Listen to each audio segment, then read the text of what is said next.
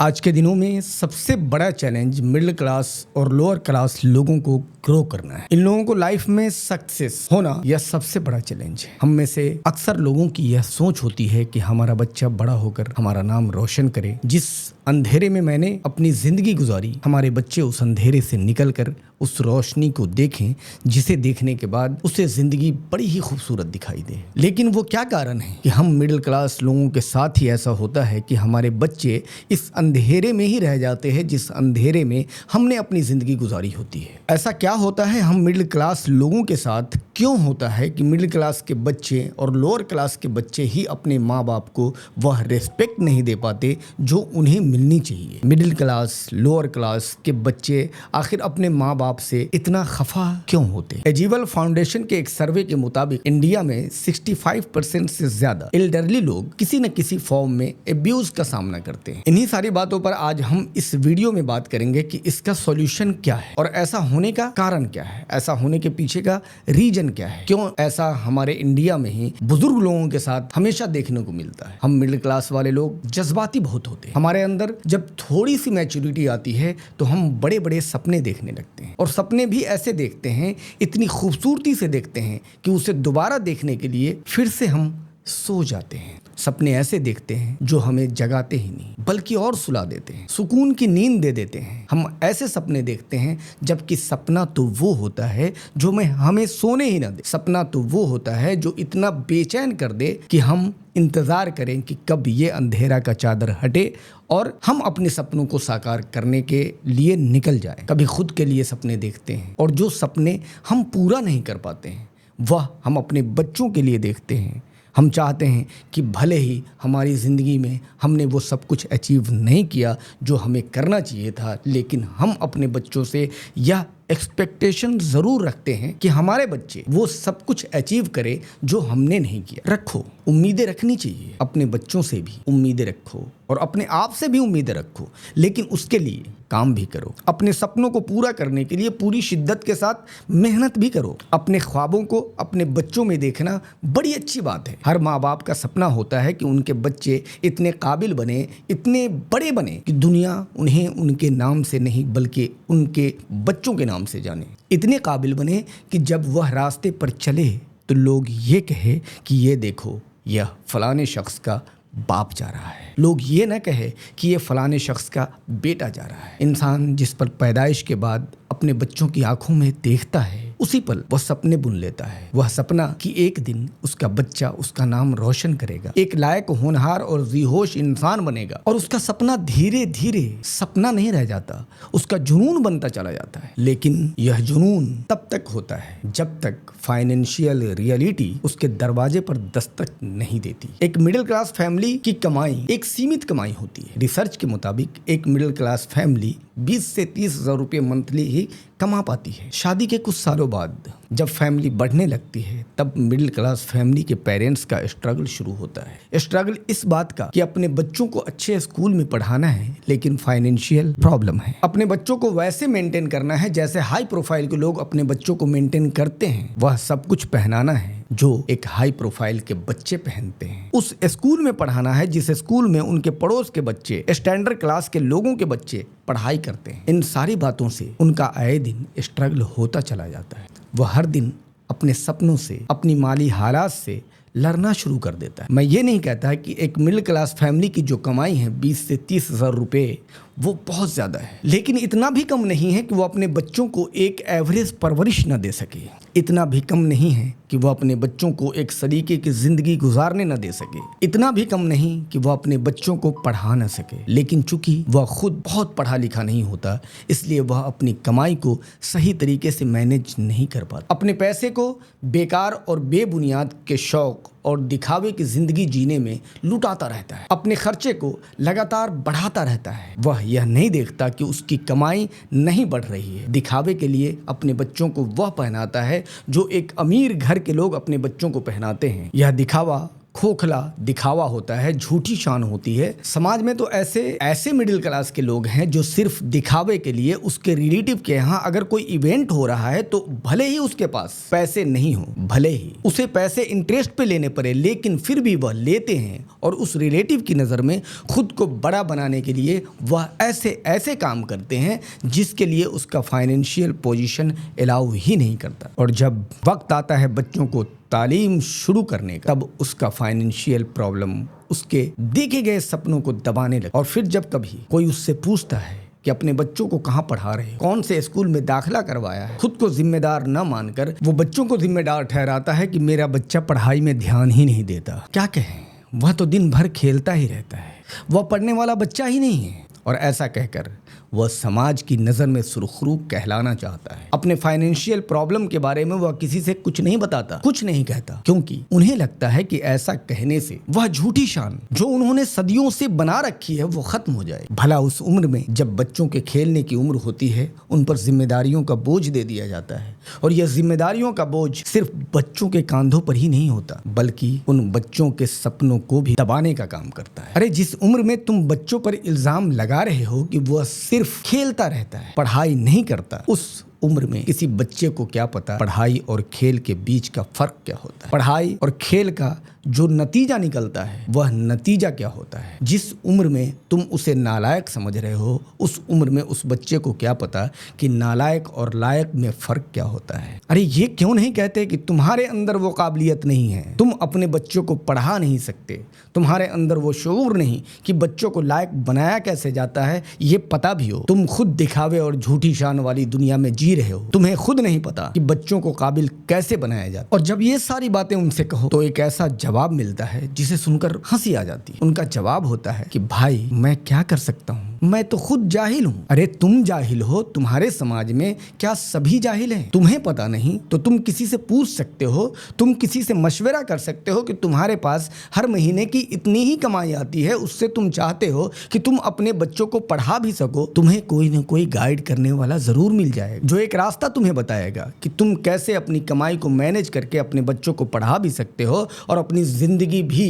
और सही ढंग से गुजार सकते हो। लेकिन नहीं, तुम ऐसा नहीं करो, क्योंकि तुम्हें ऐसा करने से रोक रहा है। तुम समझते हो कि तुम्हारा अपना एक रुतबा है समाज में, तुम किसी से कैसे पूछोगे?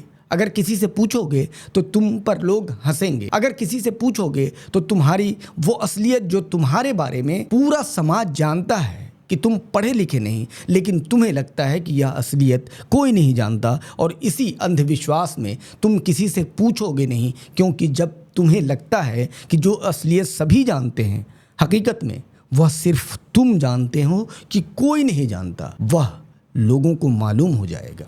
और यही ईगो तुम्हारे बच्चों के मुस्तकबिल तबाह और बर्बाद करने के लिए काफ़ी होता है। तुम्हारे खुद के देखे हुए सपने जो तुमने अपने बच्चों की पैदाइश पर देखी थी, तुम अपने ईगो में आकर उन सपनों का भी गला घोंट रहे हो, क्योंकि तुम्हें लगता है कि अगर तुम किसी से मदद लोगे या फिर मशवरा लोगे तो ये तुम्हारा अपमान होगा। और यही सच्चाई है, तुम अपने बच्चों पर खर्च करना नहीं चाहते, क्योंकि तब तुम्हें अपने खर्चे में कटौती करनी पड़ेगी। अरे बच्चों को पढ़ते पढ़ते अगर तुम भी पढ़ लेते हो तो इसमें बुराई क्या है? और तुम पढ़ोगे कब? जब तुम किसी से पूछोगे। बच्चों की अच्छी परवरिश के लिए पढ़ा लिखा होना शर्त नहीं, तुम्हारा जागरूक होना शर्त है, तुम्हारा अपने बच्चों पर केयरिंग करना शर्त है, तुम्हारा अपने बच्चों के लिए त्यागना शर्त है। रिसर्च को अगर देखें तो रिसर्च कहती है कि एक मिडिल क्लास का बच्चा भी अगर उसे सही गाइडेंस, डिसिप्लिन और टाइम मैनेजमेंट के हिसाब से परवरिश किया जाए तो वह भी सक्सेस हो सकता है। फाइनेंशियल प्रॉब्लम तो एक पार्ट होती है, लेकिन लोगों को लगता है कि फाइनेंशियल पावर ही बहुत बड़ा पावर है अपने बच्चों को पढ़ाने का, अपने बच्चों को सही परवरिश करने का, जबकि असली प्रॉब्लम आपका माइंड, आपकी थॉट है, जो आपसे बार बार ये कहता है कि तुम नहीं कर सकते, आपको अपनी झूठी शान दिखाने के लिए वह बेजा खर्च जो आपको नहीं करनी चाहिए, लेकिन फिर भी आप करेंगे, क्योंकि आपको सिर्फ अपनी शान से मतलब है, अपने बच्चों के फ्यूचर से कोई मतलब नहीं। आज के ज़माने में रिसोर्सेज की कमी कहाँ है? आप खुद के हालात को एक्सेप्ट करके इंटरनेट का सहारा लेकर, एक्सपर्ट्स का सहारा लेकर आप अपने बच्चों को की सही परवरिश कर सकते हैं, उसको सही रास्ता दिखा सकते हैं, और सही गाइड करने के लिए हमारा समाज हमारे साथ हमेशा ही होता है। सिर्फ ज़रूरत है तो इस बात की कि क्या आप किसी से मदद तो मांग कर देखें, किसी से गाइड मांग करके तो देखें, लेकिन किसी की मदद लेने के लिए पहला कदम आपका होना चाहिए। आपको सबसे पहले अपनी सोच को बदलना पड़ेगा। सिर्फ फाइनेंशियल प्रॉब्लम के कारण अगर आप अपने बच्चों को इग्नोर कर रहे हैं तो यह सिर्फ आपके बच्चों का ही नहीं, आपका ही बहुत बड़ा नुकसान है। आज के नौजवान नशे के आदी होते जा रहे हैं, खासकर टीनेजर, और इसका सबसे बड़ा कारण पेरेंट्स की बच्चों की देखभाल नहीं करना। हमारे समाज में पैसों की भूख इतनी ज्यादा है कि जब बच्चे कहीं से पैसे लेकर आते हैं, चाहे वो काम कर रहे हों या नहीं कर रहे हों, हम उस पैसे को एक्सेप्ट कर लेते हैं। और अगर काम नहीं भी कर रहे हैं तब भी अगर वो पैसे लेकर के आते हैं तो हम फिर भी उसे अपने पॉकेट में डाल लेते हैं, उसे एक्सेप्ट कर लेते हैं।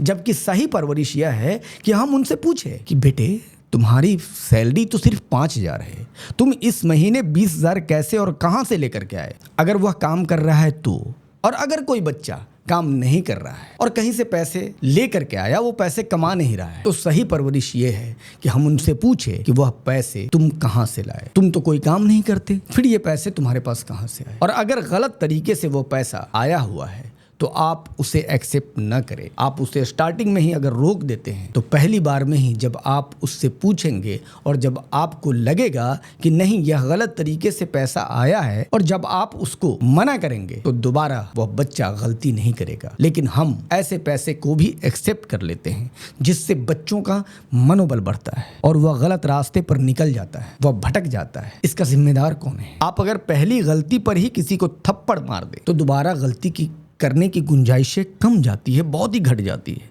घर में बच्चे जब तोतली ज़बान में बोलते हैं तो फैमिली के सारे मेंबर उसे सुनकर हंसते हैं, और वह हंसना देखकर उस बच्चे को यह फील होता है कि उसने बहुत ही अच्छा काम किया, और कल होकर वह पहले दिन से ज़्यादा तोतली ज़बान में बोलना शुरू करता है। और एक दिन ऐसा आता है कि उसकी ज़ुबान ही तोतली हो जाती है। अगर पहली गलती पर ही बच्चों को रोक दे, दोबारा गलती करने की गुंजाइशें कम जाएंगी। आज के दिनों में आप इतने आलसी हो गए हैं कि वक्त से पहले हार मान लेते हैं। बहुत से पेरेंट्स वक्त से पहले खुद को बूढ़ा समझने लगते हैं। 40-45 साल की उम्र में जब जिंदगी का सबसे प्रोडक्टिव टाइम होता है, तब वह खुद को एक थका हुआ, जिंदगी से परेशान हुआ इंसान खुद को महसूस करने लगता है। अपनी जिम्मेदारियों से दूर भागने लगता है। छोटी छोटी चाय की दुकान पर बैठकर, पान की दुकान पर बैठकर खुद अपनी बहादुरी की कहानियां सुनाता है, किस्से सुनाता है और दूसरों की कहानियां सुनता है।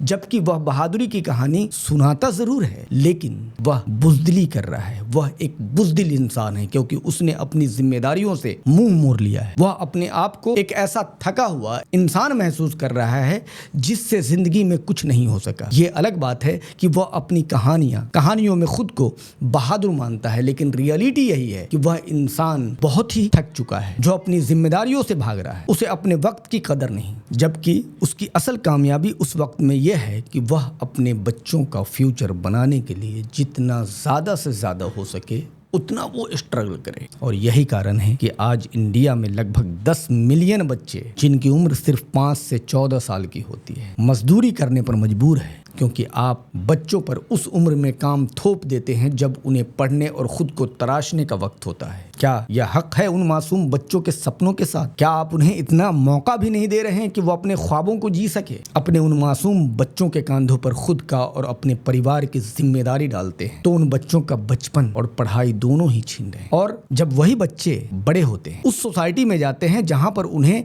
एहसास होता है कि उसने पढ़ाई नहीं की, ये कितनी बड़ी गलती की है, जहां पर वो अपने आप को एक जिल्लत भरी निगाह से देखता है, जहां पर सिर्फ पढ़े लिखे लोग बैठे हुए रहते हैं। भले ही जिंदगी में उसके पास पैसे बहुत सारे आ गए हों, लेकिन फिर भी कहीं ना कहीं ऐसे सोसाइटी में जहां एजुकेटेड लोग बैठे हुए रहते हैं, वहां अपने आप को वो अकेला समझता है। और फिर उसे समझ में आता है कि उसके पेरेंट्स ने उसके साथ अच्छा नहीं किया, और वहां से उस बिहेवियर अपने पेरेंट्स के प्रति बुरा होता चला जाता है। वह चाह करके भी अपने पेरेंट्स से उस तरह का बिहेव नहीं कर पाता है जिस तरह का बिहेवियर उनके पेरेंट्स उससे एक्सपेक्ट कर रहे होते हैं। वो माएँ जिसके पास बेटियां होती है, वो अपने बेटियों को घर के काम में हाथ बटाने के लिए मजबूर करती है। खुद आराम से पलंग पर बैठकर टीवी में सीरियल देख रही है, और अपनी बेटियों को पढ़ने की उम्र में घर का काम करवाने में लगाए रहती है। क्या उन बेटियों को जीने का कोई हक नहीं, पढ़ने का कोई हक नहीं? वह बेटी भी सपने देख रही है, वह भी अपने